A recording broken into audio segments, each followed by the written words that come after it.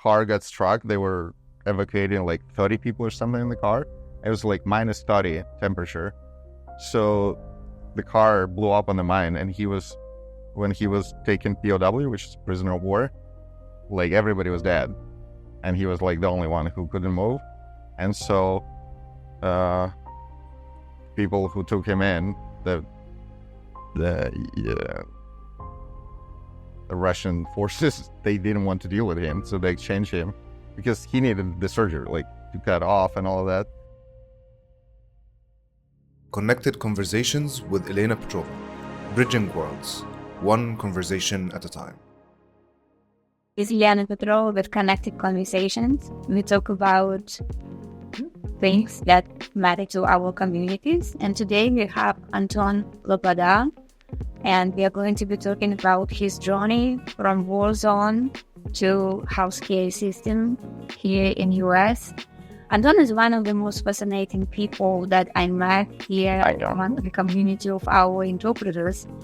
First, I want to say that he interpreted in the war zone in Ukraine. He interpreted for media organizations, and PR is one of them. Anton also worked here as an interpreter for Walter Reed Hospital.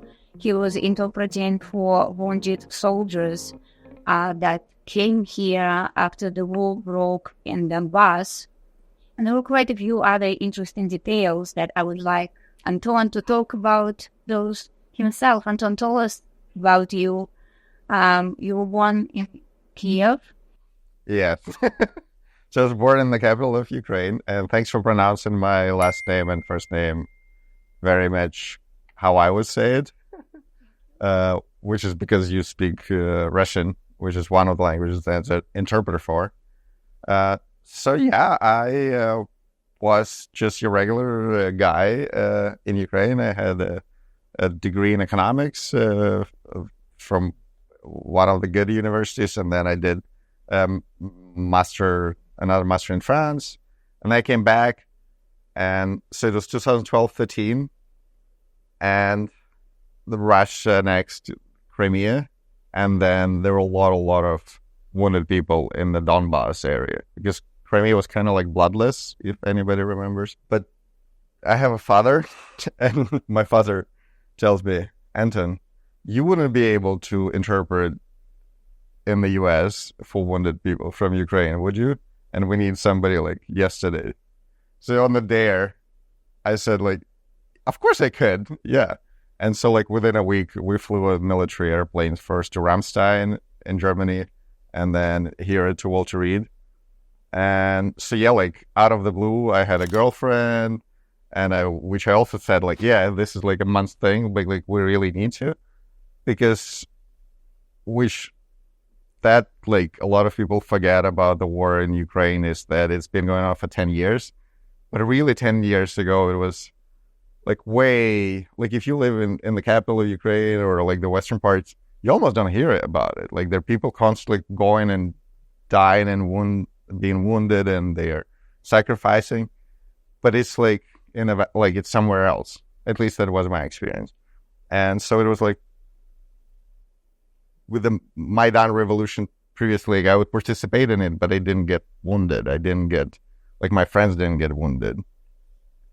And so like out of the blue, I was thrown into the interpreting 24/7 for people who lost their limbs in one of the best hospitals in the world, pretty much, and one of the most difficult situations, because people also had PTSD. They had all the things, because in Ukraine at that time, there was nothing like about the war and how to do it, like how to properly rehab people, the prosthetics, like it was all just non-existence. And here we come to Walter Reed, which is, if the president gets sick, he goes there. And so I spent a year there interpreting for Ukrainians, for Ukrainian wounded people. And between the embassy, it was a lot of like high profile. The president came, and of Ukraine, and the time Petro Poroshenko, and there's a lot of the time coordination with the embassy. So it's overall like mind-changing experience, which I think like I attribute my meeting my wife after that to that. because one of the, and that's a really funny thing about Ad Astra, and that's how, talking to you at the table here, I discovered that pretty much I met my wife through Ad Astra, like because of Ad Astra. My good friend at the time, like I didn't know him, but he came working for Ad Astra as one of the interpreters to Walter Reed, sometimes to like elevate us after you, like, 24/7, especially for first couple of weeks. And we made friends. He's like, we went to schools like a mile apart in Kiev. And when my wife was looking for an interpreter to cover the war in Ukraine, she reached out to her friends. And her friend is originally from Ukraine. She works for Atlantic Council. She reached out to her community.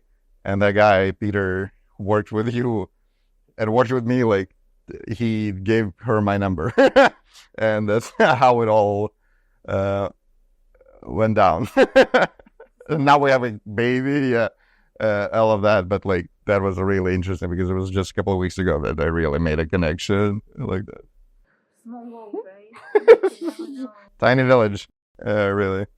But tell us, because you and I were talking at some point, you were telling me those stories that stories of people that ended up in Walter Reed that were coming from Donbass.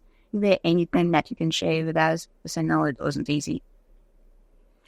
I mean, for me, the most important thing was, like for me, is just how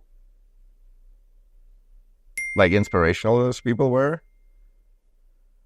And so particularly there was Vadim Sveredenko, and he's from Kiev. He's like me. He worked some jobs and he had kids and a wife, and then he volunteered to go as basically first aid person on the battlefield. Like, he volunteered, and he got, like, his car got struck. They were evacuating like 30 people or something in the car. It was like minus 30 temperature. So the car blew up on the mine, and when he was taken POW, which is prisoner of war, like everybody was dead. And he was like the only one who couldn't move. And so people who took him in, the Russian forces, they didn't want to deal with him. So they exchanged him because he needed the surgery, like to cut off and all of that. And so he was having his third kid being born in Ukraine, and he had this opportunity in the US. And so I was kind of, at the time, I like to be active, but I was like, if my back hurts that day, I'm like, no, I'm going to skip it. If my leg gonna hurt, I'm going to like, oh, I have flat feet, I'm not running today. But this guy, like every day, he was exercising a lot. He was mastering everything. And he was just like doing it so much. And I literally stopped having an excuse like, hey, I have pain in my butt or whatever, in the finger. That was like extremely, extremely, extremely inspirational. And he was just like so modest about everything and just like adamant on getting better. So I think that was like the most amazing thing. Another one, I was in the room where an American veteran in Afghan war, like he was in Afghanistan when the Soviets were in Afghanistan as part of some sort of missions, right? And so basically, like, our Ukrainian guy, he was in Afghanistan as a kid. Like, they sent him like the Soviet Union, right? And so that they shook hands and they had like the whole conversation, like how it was back when the Soviet invasion of Afghanistan was going on. I thought that was really, really cool. So like people from really different worlds.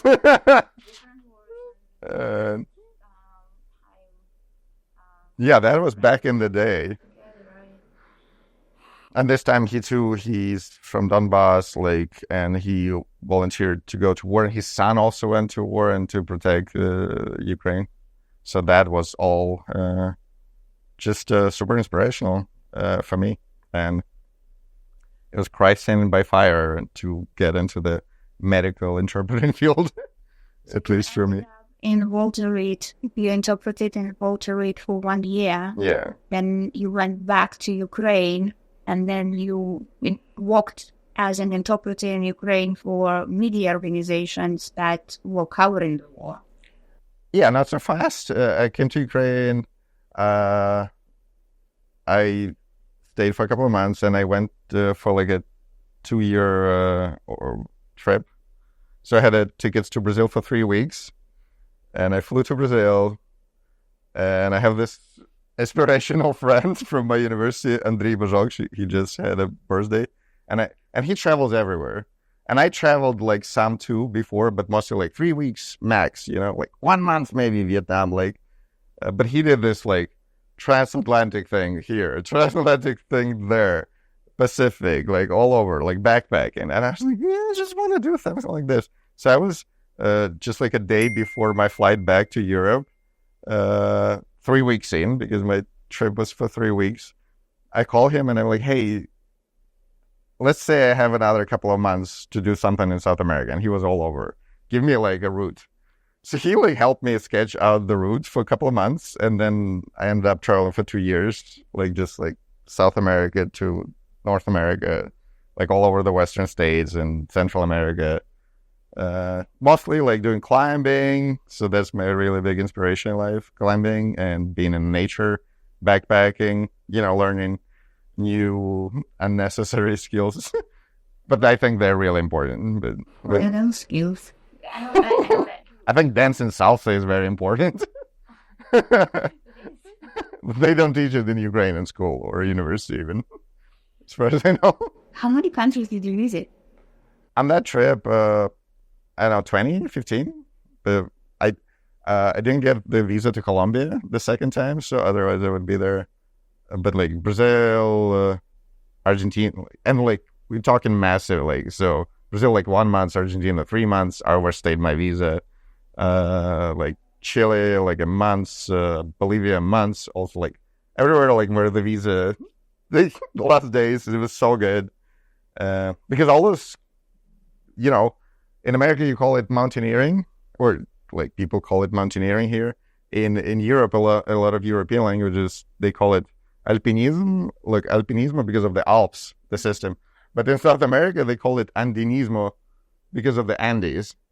So it's one of the most amazing regions in the world if you like the high of the mountains, like the liberty of the mountains. Like in Bolivia, a lot of the country is at 10,000 elevation in the first place.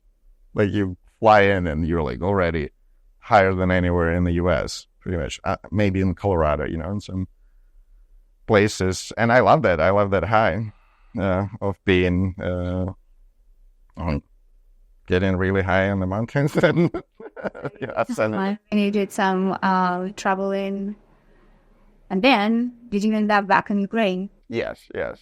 I got back into Ukraine in 2018, so 2 years in, and I got the job with Teach for Ukraine. It's under the umbrella of Teach for All. I don't know if you heard about it. It's a really big NGO, international one. They have Teach for Russia, Teach for Australia, Teach for India. So I got not into the teaching position, but the overarching, like the management position in the capital of Ukraine. And then when the war broke out in 2022, February, I didn't get to interpret for the media first. I get to interpret for I was hanging out with these Americans guys for like months and months on, and we met through Toastmasters. I don't know if you guys heard Toastmasters. It's a public speaking thing, and I loved it. It was middle of the COVID, because in Ukraine, like the COVID overlapped with war. And when the war broke out, like when the Russia invaded, everybody just like masked off. Like just, there's no problem if there's like bombs falling and everything. So he connected me with people who were getting ambulances into Ukraine and like trying to evacuate really,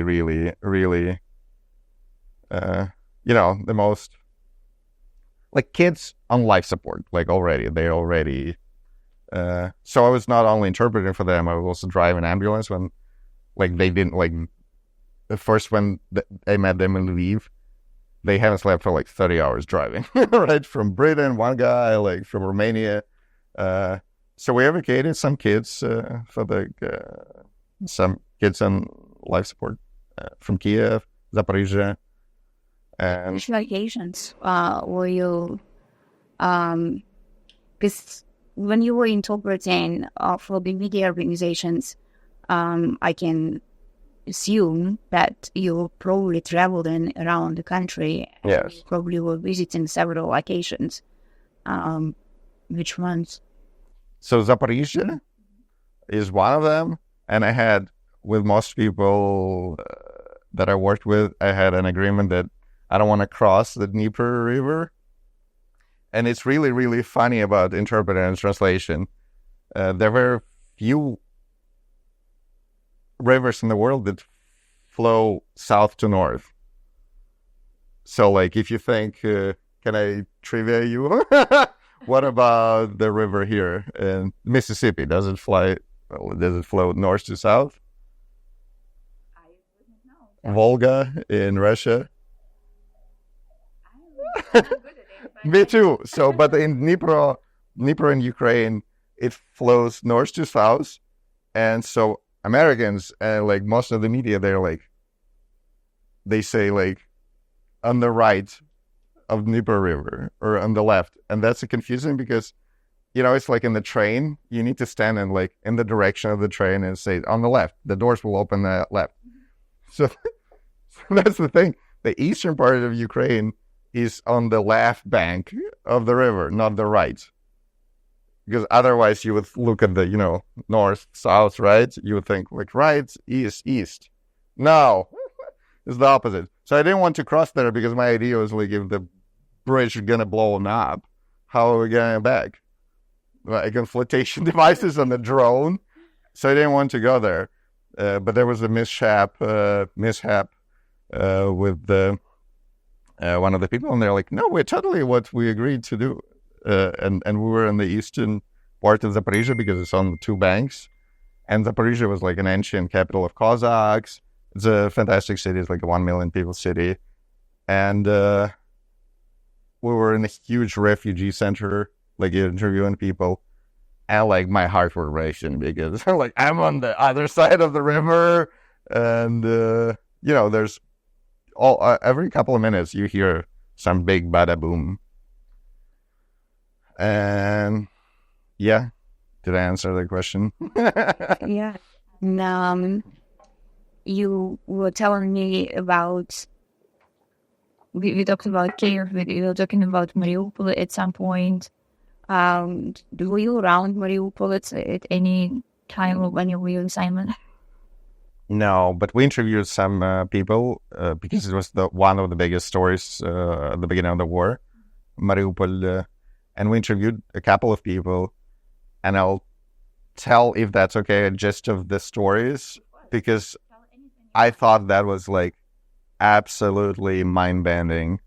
So we have this a yogurt, like kefir, so like milk that is kefir, yeah, like you guys look it up. And one of the bigger producers is called Halichina. Okay, and apparently, and like at least in Ukraine, it's a known fact. Like a lot of the soldiers who were invading Ukraine from the Russian side are heard that Galicia, something is like they're Nazis. That was like why they go and they liberate, like because a lot of the stories were that basically the Russian soldiers were thinking they're liberating Ukrainians, and that was the state propaganda in Russia was telling them. And here they come and people tell them, no, we don't need to be liberated. You are actually killing us. And it's propaganda. It's terrible. And it works. Like as long as you keep telling bullshit, it works out. And so this guy he was in Mariupol for weeks, and then he just like, I'm gonna take bicycle and gonna ride to Zaporizhzhia. And so he went through the filtration camps where they like, they check your body completely if you have any insignia tattoos, right? If you're like, because it's not good enough to just speak Russian, right?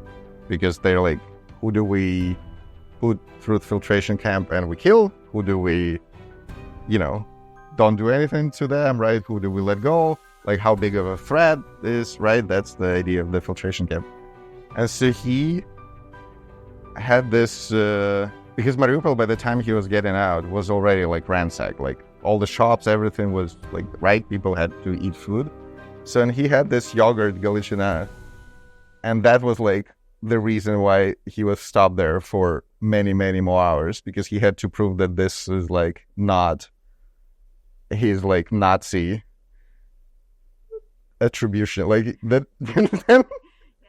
And he like the way it worked out, like again, it's somewhere online on in one of the episodes for the podcast we did, but like he threw it away in the garbage, and then came to the filtration camp, and the people saw that he was throwing away something, and they took this yogurt and they came and like reported to him, look at what like the yogurt he has, it says Galichina. Like, It was like a yogurt, yeah. So, but that's like really what propaganda does. It really like, turns off your brain, I think. amazing it. And I know that you have stories firsthand because you weren't just interpreting there. You were telling me a story how in the war zone you were driving, you were making arrangements. You call yourself a fixer. Oh yes, probably somebody else knows this word. Being in Afghanistan and Iraq, so the media organizations internationally have a word for a local producer. So if it's a very, very formal application, it would say local producer, because the truth of the matter, if you're an international journalist and you do like 100 countries, okay, you're an amazing person, you speak 20 languages, but you don't speak 100. Maybe you speak 80, but you don't speak 100 languages. You speak 99, but some countries have 15 languages within them. And so the job of the fixer is, which is many different connotations, right? I think like if you do bring somebody drugs, you're their fixer. But in the war zone, fixer means a person with like the ability to interpret and the local contacts, and like making sure that there's no that everything goes smooth. I mean, really, there are things like the car broke down. Like one of the most amazing stories for me is just like this not understanding that the world doesn't work the same way like everywhere where you're from, especially like if you work with somebody who's just like, it's my first international assignments. That's like, it's like babysitting, basically. I'm talking like as a fixer working with a journalist. So like you need to explain why it's working differently in this country, right? And it really helps that I've been living abroad. Like I worked with some French journalists, I worked with American journalists, so lived in both those countries. I could kind of like what you do with the medical interpreting too. Sometimes you need to be like, sorry, I need to explain what I think might help to understand the doctor that in this country, like when the black cat runs over your street, it's like the end of the world, right? And those cultural nuances. So our car broke down in the middle of the road, in the middle of the night, in the car a few times while we were evacuating kids on the oxygen. That really happened like a week ago because people put up, like they just stopped in the middle of nowhere and the gas station, like really not big name gas station. And then what happened for real, that person sold them fake gas and that broke the car down. But they wouldn't know that and they wouldn't assume that. but because there was a lot of shortage of gas in the beginning of the war, because the country is gigantic, right? And it's cold, and people buy gas, and there's just lines everywhere and stuff. So that was a big thing. So that was awful. Just realizing their kids, that you taking them from one, like, let's say, less safe place to a safer place, and they're gonna probably die because your car broke down. So that was not so great. And you've seen a lot. I've seen a lot from the wounded soldiers here, even before the war broke up here in Donbass. Before even lots of people here in US even believed in the war, but you were already experiencing it here, and you then now you have your family, your wife, you told me, is actually going to be taking assignment soon. Yeah, I believe she's going to in July to Ukraine, because the way it works, the big media organizations, they need to rotate people in and out for psychological reasons and for many other reasons. But like one of the rotations is like 3 weeks long, and I think she's gonna go there for this 3 weeks while the permanent correspondent for Ukraine for NPR like leaves. Your mom is still in Kiev. Yes. Mom still. And dad too. Is that? Yeah. My sister like comes and goes from Lithuania but she has like a 10-year-old kid. So yeah, when I communicated with you, I can see that you have so much positive energy. And you talk to people. When we were having that dinner for Interpretive Appreciation Party, people were asking you about the history of Ukraine, and people were asking you about the relationship between Russia and Ukraine. Yet you were so calm, and you were talking about the history. You were talking about the relationship. You were giving lots of explanation about what is happening. You went all the way to the Orange Revolution, and I could not help but admire you. I'm honest with it. How do you do it? Where do you get this energy, and how do you stay so calm regardless of what is happening around you and your family is constantly at risk? Meditation, it's really good. Like I did Vipassana. It's a retreat where you like meditate, you shut up for 10 days. If you heard that, it's all over the States and it's all over the world. It's like originally from India. It's the most classical, the most oldest Buddhist like meditation. Like it's not even Buddhist; it's like irreligious. So that's super helpful. And it's a separate note. It's a pranayama. It's like when you do the breathing exercises. It's really helpful to do it in the nature. So like before today, after the assignments in Baltimore at Johns Hopkins, the day before yesterday, I like just took the car and drove to do some backpacking with the tent and stuff. And that's, don't do one thing. I think that's really good. Like if you're going to be interpreting for people and thinking about one thing, like it will make you really uncalm. But like you need to really do it long term. And that's what maybe really taught me well to read. Because originally I was thinking I was coming for 2 months, and my ex-fiancé thought so too. But it turned out to be a year. And you can't volunteer for a year if you're like just like all in. You need to like have this flow, right? And you need to be like shutting down the thing. And I have a kid, and she's here, 1 year old, baby Emma, and she's also like bringing calm in my life. You know, when you have a hug in the morning from your baby, it's very calming. And yeah, and you're an incredible parent, because I have that when you are taking calls for us and when you're joining our online assignments and training. Yes. Your daughter is right there with you. Yeah. How do you do that? How do you integrate everything? We just don't have a choice. We just need to do it. we have this joke in Ukraine where it's like, why do you want this job? And the answer is like, well, I'm very excited and very passionate about not starving to death. So like, how do you do it? There's no other choice. It's kind of easier to make it easier. But in America, I don't want to complain, but it's a very individualistic society, right? Expensive, and it's super expensive, and there's no help whatsoever from the government. The childcare, so like from 8 a.m. to 3 cost $3,500 a month. So how do I do it? You just do it, right? Because it's also like my first degree in economics, and there's an opportunity cost.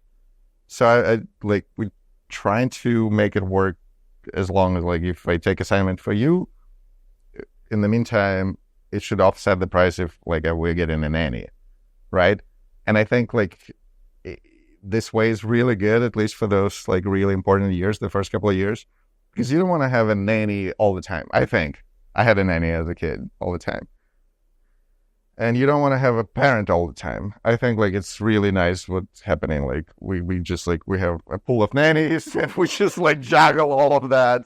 And it's just what life in 2024 in America is like, I think. But at least she grows up around very international, very like highly educated people.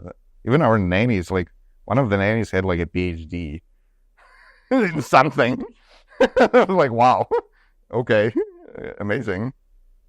You know, make it true that she speaks Ukrainian.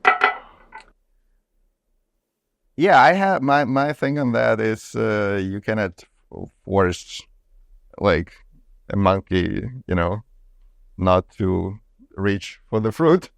I think like if she will have proclivity, I will make sure she speaks Ukrainian. But if she doesn't have proclivity, she can learn it when she grows up. Like I don't think like a person necessarily has an like built-in ability to speak multiple languages or interpret between them. I think my wife like has this idea that like because I speak all those languages, I need to teach my kid them. But that was not my background in childhood. I spoke the languages that people spoke around me, and I spoke better English than most because I wanted to watch anime when it came out, or the movies, not to wait. And like if I would watch them with like subtitles in Ukrainian or Russian, I would be most of the time, this is wrong. This is a terrible translation. So like that was my, like, in economics, like supply demand, like my demand was like I wanted to speak good English to understand the movies, to get on the front line what's going on. If my baby would find the reasons why she wants to learn Ukrainian in 2024, 2025, 2026 while growing up in the US, great. But I don't want to also like, hey, you're going to learn this language and going to give you so many opportunities. Not sure. So your background, in general, your background, how is it helping you to do medical interpreting right now? I think, so I went to a really, really, really, really nice school, I would say, in Ukraine. It's like a 400-year-old institution, just like that, one of the better universities in Ukraine, called Kyiv Mohyla Academy. And they teach you, I think, like as every good uni, how to think and how to learn. And I think that was the idea when I was thrown in 2015 to Walter Reed. I just like got a bunch of books. I installed all the dictionaries possible. And then I was like very, very patient. And the thing with interpreting is very important not to ever interpret out of yourself. Like this is when you interpret the word, and a lot of Latin words in medicine are identical. They're literally the same words. Is when a person you interpret to, they don't understand. And they would say like, what does it mean? Right? Especially like a very fancy word. You would need to interpret back, like, what does it mean?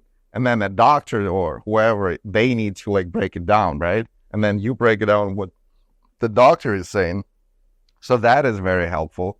And I think that was like my biggest, because I had like degrees in economics, which is like tough. It's mathematics and a bunch of that. So like, I think if you can do one thing. It's not necessarily 100% transferable, but the thing with interpreting is like a lot about patience and humility, I think, and just like trying to help like with this situation. And it's, every once in a while, there are absolutely horrible people like you meet and they like hate interpreters and they like want to make your life miserable. But way more often it's people like they have no idea what's going on, because a lot of the people from Ukraine now are through the schemes like Help for Ukraine and stuff, and they like never thought they're gonna leave like where are they from. like there's statistics like even in the US 80% of the people never travel more than 20 miles from where they were born. So like where I can now come and like really help them, and it's kind of Byzantine, the system here for medical bills and all of that. I think it's very rewarding to be able to help somebody. Question: is there any particular challenges that came from the war zone environment that is helping you right now to doing the job in medical interpretation in the U.S. healthcare system that you can think of?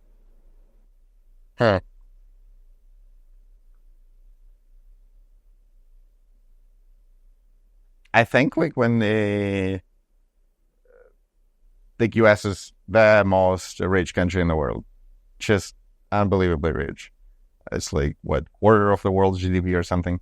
So like the stuff here, there's like a button to open the door and it opens for you, and there's like a button within a button, and there's always the most recent inventions and stuff. And Ukraine, you don't have any of that, like most of the time.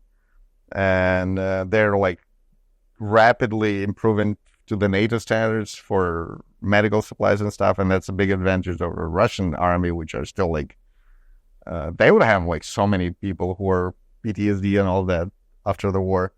So I think like that, seeing those two sides, and again, our baby was born in the Philippines, in one of the better hospitals there that we could afford, but like it was also like just a little bit off. Like a little bit off, and Philippines is a very poor country, like compared to the U.S. And the poor, like where kids are on the street, like just laying there, and living on the streets, on the babies, and that is just very, very, very poor parts of the country. Like, and one of the poorest parts of the country is next to the airport. So you fly in the country and you see very, very, very poor people. And so I think like that's like my experience with like traveling some of the like poorest countries, like Bolivia and like Central America. They're some of the most violent countries. I've been in a situation where I was mugged and taken to a local hospital, like in Guatemala. And really scary part is when you were in the hospital and nobody washes their hands. There's no like facility to wash hands, but you're in a hospital. And I have an anecdote because the thugs, they broke my head. I'm bleeding. Those kids from the mountains, very nice, Mirador, like a lookout, take me to the hospital. They're like, "You okay?" I'm like, "I'm okay." And I'm at the reception, right? And I say, "I'm bleeding, help me," in Spanish. And the lady in the reception is almost like a comedy. She like looks at the glass and she's like, "Everybody's bleeding here. Just take your turn." I was like, yes. I think that's like really contrast here in the US is just unbelievable. Like the staff is as professional as it gets, I think. It's just, again, so competitive, right? The brain drain from the world to the US is so unbelievable. So when somebody's complaining, like about trivial things, like, they made me wait 20 minutes. I mean, I just turn off my brain for like this 2 seconds. I'm like, I don't need to hear this. It's just ridiculous. Like, because even the best is like not ideal ever. But like you also need to see where you stand on the line. So I think in the US, at least here in DC, DMV area and all of that, the standards are just amazing. It's just unbelievable. Really good. So that helped me, like seeing the contrast. I think, of what it can be bad, like how bad it can be, versus like here, yeah, you have no idea what is going to get charge you, but at least they're going to rescue and it's going to be like up to a very high standard. Do you think you would go back to interpreting media? I do all the time. I just recently got done interpreting for New York Times. There's a piece. Again, it's a huge project with audio, like a bunch of audio that people were in Berlin, like first refugees from Ukraine, and there was a recording of them all. So again, like the person at the time, I can't go into much detail, but like the media works and pays a lot. Right. Like medical interpreting pays good, sometimes a lot. But if you can get like, and that's the beauty of Ad Astra here, that you can make your own day, right? And the week and stuff. And if this week, I think it's very helpful to be in both fields, like the journalism and interpreter for journalists and medical. Like you just need to be around, like, you know, overall around good interpreter. So you need to interpret for everything. Yeah, and that's the beauty of the profession, because you definitely have this spice of being in different fields, and you never get bored. Yes, I don't never get bored with Ad Astra, and just you guys throw in the bodies maybe more often. If you could do more often bodies, that would be good. But interpreting is very different from translation. Where on translation, for one sentence, you can work on it for like a day. Like if you're translating something philosophical, I would take a day. And I like this rush which comes with interpreting, because every time I'm like, I have no idea what I'm doing, like, you know, just like a little bit, which I think is very helpful. Like it keeps you on your toes, and it's okay to say, I don't know, and let me look it up. Because English language has like 1 million words, and Russian is like 160,000 words. So like you cannot know them all, but you can bring the professionalism and again, I think the humility, because the idea of interpreter, you are like not even there, just like facilitating conversation between the people. Right, it's not word by word, and that's something that there's all this discussion about having AI interpretation integrated into multiple platforms, but that's where human becomes important, because human brings this human element of helping to not just bring in concept, not just word by word, but also concept to concept, but really often facilitating and directing the discussion. Now, if you are to give advice to our listeners, whether these listeners are a community of linguists, or just people who want to volunteer, or just moving to US from Ukraine or any other country around Central Europe or Eastern Europe, what would be your advice? Embrace America. Like, you know, you can come with this attitude, oh, in Europe we do this better, our cheese is better, our healthcare is better, our everything's better, but you're in America now.